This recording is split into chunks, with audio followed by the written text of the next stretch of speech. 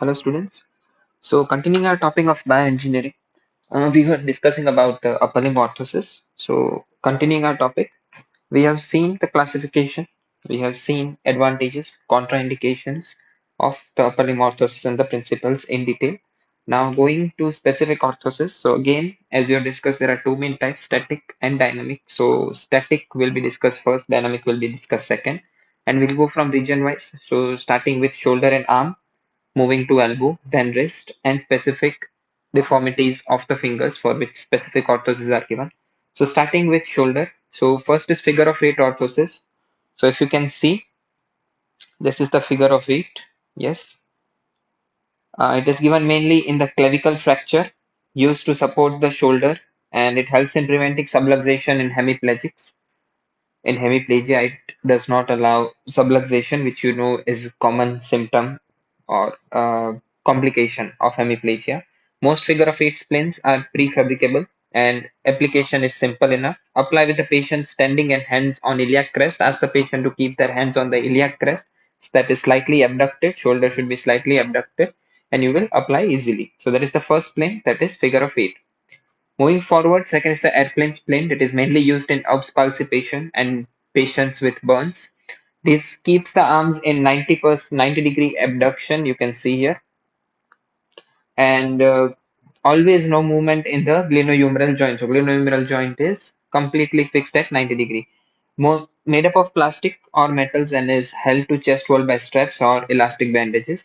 And also, if you can see, there are two variants. You can keep the elbow straight, or you can even fix the elbow in 90 degrees also.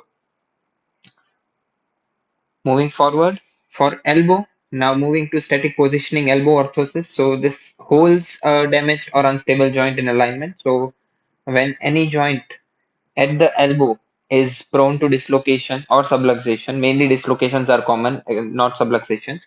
So at that point, and because when there is damage, when there is because of trauma, any damage, at that time you are supposed to give static positioning elbow orthosis. Static elbow wrist orthosis, that is, it immobilizes elbow, forearm, and wrist in functional position. So 90 degree of elbow, slight extension at wrist. This is the functional position, commonly used in post-burn rehabilitation only. Volar orthosis, this is starting of wrist orthosis. Wrist first is cock-up splint, that is indication we have already seen in wrist drop. Uh, Also in hemiplegia, when we have talked an example when the flexion synergy or the flexion wrist flexors are under spastic, more spastic at that time, they are more helpful because it keeps the hand into slight extension, that is functional position of the wrist. It immobilizes or stabilizes the wrist in dorsiflexion with volar or dorsal support. It allows full MCP flexion and CMC motion of the thumb to be worn at all times except during the exercise and bath. This is static type of cock-up splint. We have seen an example in the classification of dynamic also. So that will also follow up. Second is the volar wrist hand orthosis, that is commonly referred to resting hand splint. Yes, you need to remember the particular names of the splints also. So the objective of the splint is to place the hand and wrist in neutral or functional positions. MCP joints flex 60 to 90 degrees and PIP DIP flex to 0 to 45 degrees. It may change from splint to splint. It can be kept to 0 to 45 degrees depending on what is your aim of giving the orthosis. The wrist is in slight extension to neutral.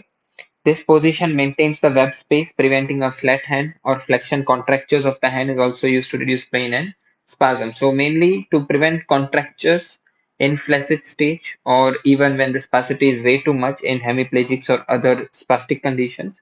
It is also used to reduce pain and inflammation if it is localized to the wrist or the hand. At that time, this can be given. That is volar wrist hand orthosis. Moving again, a new name, Knuckle sprain. So it is indicated in ulnar claw hand or total claw hand. Total claw hand means ulnar plus median. Both nerves are impaired, paralyzed. Because of this, there will be claw hand, complete claw hand. Maintains the MCP joint in 90 degree flexion and IP joint in extension. So you can see it is 90 degree flexion of MCP and IP joints. Both are in complete extension. It is typical example of 3-point principle. So this is F1. And these are the two, F2 and F3. So this is typical example of three-point pressure system, also known as principle of Jordan. Moving forward to dorsal wrist orthosis, that is long opponent slip. It is indicated in scaphoid fracture, Bennett's fracture, and dequerens tenosynovitis or dequerens disease.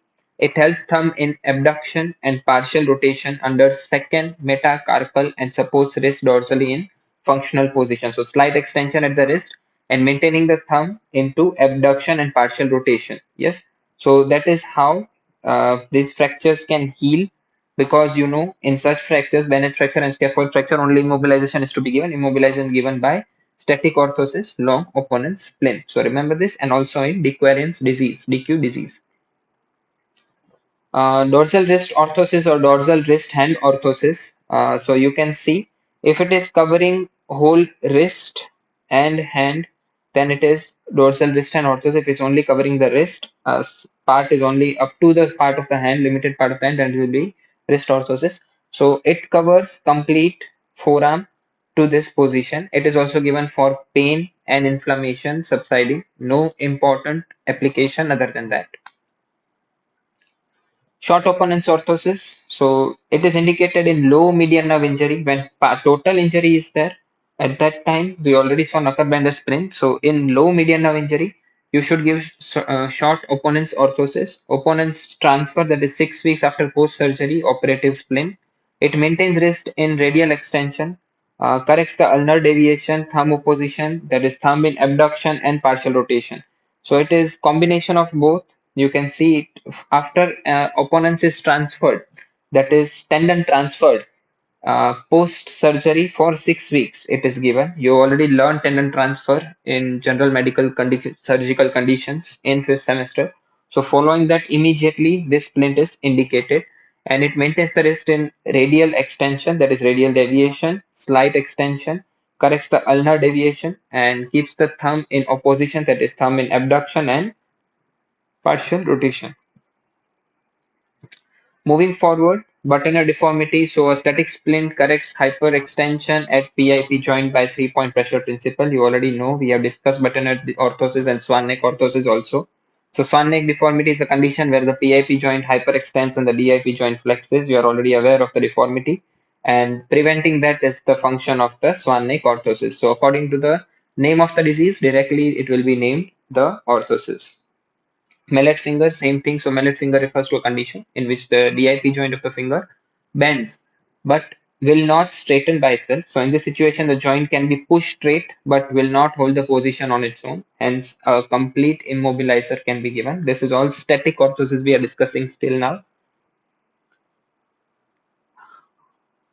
Now coming to dynamic orthosis, again we'll be seeing all the same parts from shoulder, arm, moving to elbow, to wrist, and those fingers. So first, starting with the dynamic orthosis of shoulder. First and the only orthosis that is important is balanced forearm orthosis. You need to understand this. It helps very much in hemiplegic patients, neurologically ill patients also. So it is the most useful device to assist both elbow and shoulder function. So consider an hemiplegic patient. You have seen this synergy in such patients, hemiplegic patients. Uh, an orthosis will be given. It will be mounted on a wheel or on a table. A pivot or linkage system under the trough is adjusted and preset so that the patient learns to produce the movement at elbow and shoulder with the movement of trunk and shoulder girdle. So, for example, by trunk motion, by rotation of the trunk, this pivot, which is mounted to a wheel or on a table, will allow shoulder flexion, extension, abduction, depending on the wiring of the pivot and the linkaging system, of course. Uh, Through shoulder girdle motion, for example, elevation of the shoulder leads to elbow extension and depression leads to elbow flexion. So it is very useful in hemiplegic patients where they do not have much voluntary control in the upper limbs, but still they have control of trunk, they have control of shoulder girdle, at least elevation, depression, protraction, retraction, small amount. This helps to produce movement in the shoulder, glenohumeral joint, and the elbow itself. Yes, so this plays a very important role in rehabilitation purposes. Moving forward to elbow orthosis, so there are two functional elbow dynamic flexion orthosis and extension orthosis. Mainly indicated in burns and contractures when range of motion of the elbow is lost. Dynamic splint provides a low load with prolonged stretch of the soft tissues and skin over the long period of time. So when to give static, when to give dynamic depends on what is the muscular function of the patient. If the patient has no muscle function, he is very much in pain, go for static. If the patient is able to do some degree of action, he is able to improvise with it, then go for dynamic orthosis. So it will depend on the patient's response, patient's muscular activity. And that is how you will decide what to give and when to give in the burns and contracture situations. Moving forward to wrist orthosis. So dynamic wrist orthosis with dorsiflexion assist. It is modified long opponent splint designed to assist wrist extension and allowing normal flexion of the wrist. So you are aware this is a mechanical cock-up splint, you can say. This maintains the hand in extension and you can move the hand into flexion, but it will mainly assist in extension. Yes, so it is dynamic orthosis, that is dorsiflexion assist. Uh, Moving forward to substitute for absent or weak extension, wrist extension, finger reciprocal flexion, reciprocal orthosis. So if you can see, this hinge is providing and keeping the hand in extension. Yes, these hinges provide and keep the hand into extension. The same is here. These are the velcros and these are stretchable. So once the patient wears this, they can go for flexion, but there will be resistance. The resistance will keep the hand into extension. Okay, so moving forward to metacarpopharyngeal flexion orthosis. This helps to prevent the metacarpopharyngeal extension. So if you can see, the same thing here, what we are doing for extension is done for flexion now. Yes, so it keeps the MCP into flexion, does not allow extension. The same thing, it keeps the flexion, MCP into flexion, does not allow for extension. Metacarpopharyngeal extension orthosis for finger drop only if one or two fingers are involved at that time specifically used. Same thing, but you will see the position. It will only change the position, nothing else. And this is a dynamic type. You can go for flexion, but extension, it will be passively kept in. PIP flexion stop. So, and PIP extension stop. So if there is no flexion, there is, you want to keep the finger into extension or to prevent the flexion, to stop the flexion at this time, this splint will be used. It will be termed as PIP flexion stop orthosis. And this is PIP extension stop orthosis, but it is dynamic orthosis. It will allow the opposite action. So here in flexion stop, there will be extension that is possible. In extension stop, flexion will be possible, some degrees of flexion and some degrees of extension. Moving forward to again thumb IP extension assist indicated in finger and thumb drop in radial nerve or posterior introosseous nerve injury. So when extension and abduction are not possible, at that time this is used, and it keeps the hand, it keeps the thumb mainly into extension and slight abduction, uh, which is not possible after radial nerve injury or posterior introosseous nerve injury. So it keeps that, but you can go for opponents. It will allow some degree of opponents, some degree of flexion. And again, when you leave this flexion force or opponent's force, it will go into extension because of the springs and the loaded things in the orthosis. So this is it about all the terms. Go through the video 3 or 4 times. These are the books that you have that I have referred and that you will be referring. I've already shared the books with you. So go through them. Hope this helps. You need to remember all the names, their indications, and their function. What is the main function of the orthosis? How it is helping in that condition, or how it is made up of.